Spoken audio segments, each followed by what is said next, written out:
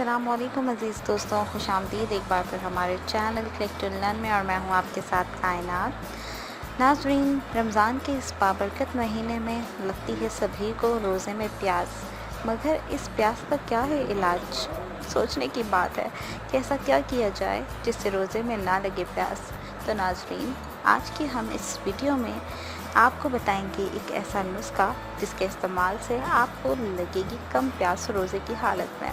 जी नाज़रीन, करना आपको बस इतना है कि जो भी सहरी आप खाना पसंद करते हैं, उस सहरी के बाद आपको 3 से 4 चम्मच दही के खाने हैं पानी पीने से कबल। उसके बाद दही खाने के बाद आप रोज़े की नीयत कीजिए, देखिएगा ज़रूर इंशाअल्लाह अज़्ज़ व जल आपको फ़ायदा होगा। पूरे रोज़े में आपको प्यास बहुत ही कम लगेगी, बल्कि ना लगने के बराबर। ये नुस्खा ज़रूर आजमाइएगा, आप इससे मुस्तफ़ीद ज़रूर होंगे।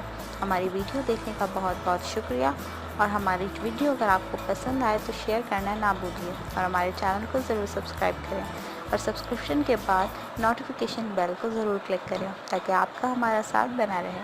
अपना ख्याल रखें। अल्लाह हाफ़िज़।